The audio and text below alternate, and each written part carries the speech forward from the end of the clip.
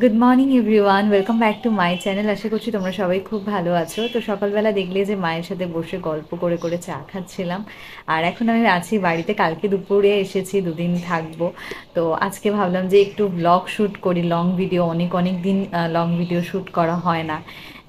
তো ভাবলাম যে না, একটু লং ভিডিও করা হোক, কারণ চ্যানেলের গ্রোথ কমে যাচ্ছে, আমার রিচ কমে গেছে প্রচুর পরিমাণে।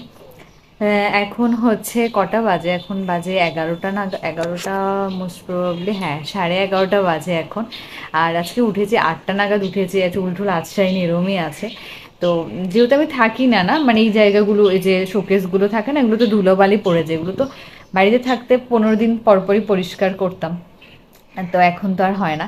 তো ওই পাশে এই শোকেসটা গোছানোই আছে, এটা আর কিছু করব না। ওই পাশে শোকেসটা যেহেতু সবসময় ইউজ করা হয় টুকটাক, তো ওটা একটু ক্লিন করব, করে এখন স্নান টান করবো। আর অনেকেই তোমরা, মা, শিবা, প্রমি, সবাই সহজে আমি আগে ব্লগ করতাম, টুকটাক যতটুকুই করতাম সেটা তোমরা খুব পছন্দ করো বা অনেকেই কমেন্ট করেছো করতে।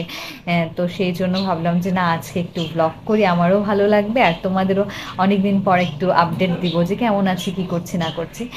তোমাদের সাথে অনেক গল্প করার আছে, অনেক কিছু শেয়ার করার আছে, কিন্তু করব, কিছুদিন বাদে করব। তো চলো ব্লগটা দেখতে থাকো। শোকেস আর ড্রয়ার ক্লিন করতে করতে হঠাৎ চোখে পড়লো আমার জীবনের প্রথম ফোন। এটা হচ্ছে স্যামসাং। এই দেখো ফোনটা এখনো রেখে দিয়েছে, যদিও আর চলে না, এটা নষ্ট, বাট রেখে দিয়েছি। তোমাদের জীবনের প্রথম ফোন কি ছিল কমেন্ট করে জানিও।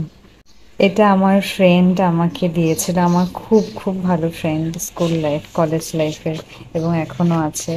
তো ও এটা দিয়েছিল একবার বার্থডেতে। তো ভালো লাগে কার্ডগুলো যখন মানে দেখি, স্মৃতিচারণ। তো খুব সুন্দর হ্যান্ডমেড এরকম কার্ড, ওর হ্যান্ড রাইটিংও খুব সুন্দর। আমি বাড়িতে নেই আর আমার গোপালের জামাও চেঞ্জ করা হয়নি। তো আজকে আমার গোপালের জামাও চেঞ্জ করে দেব, সেটা স্নান টান করে তারপরেই করবো।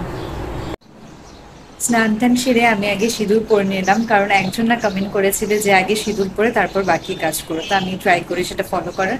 যাই হোক, এরপরে আমি আমার গোপালের জামাটা চেঞ্জ করে দিলাম, চলো তোমাদেরকে দেখাচ্ছি।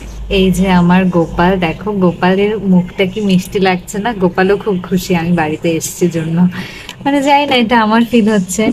আর আমার গোপাল সোনাকে আমি সুন্দর করে জামাটা চেঞ্জ করে মুছিয়ে টুছিয়ে দিলাম। এখন আমি পরে নিব হনুমান চল্লিশা।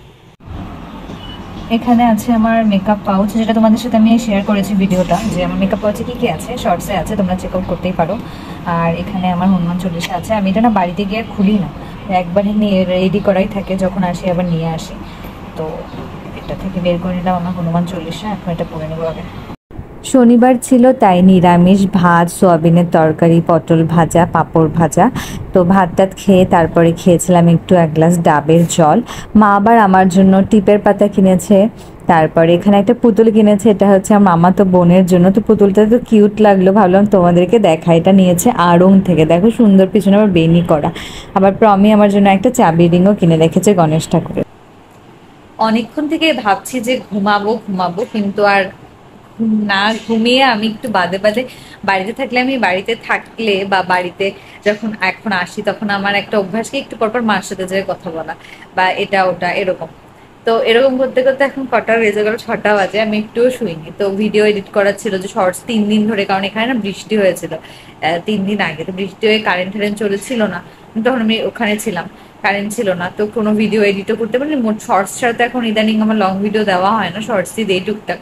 তো সেটাও এডিট করা হয়নি, তো সেগুলো এডিট করলাম, এখন শিডিউল করে রেখে একটু ছোট্ট একটা পাওয়ার নাপ দেবো, তারপরে দেখা যাচ্ছে।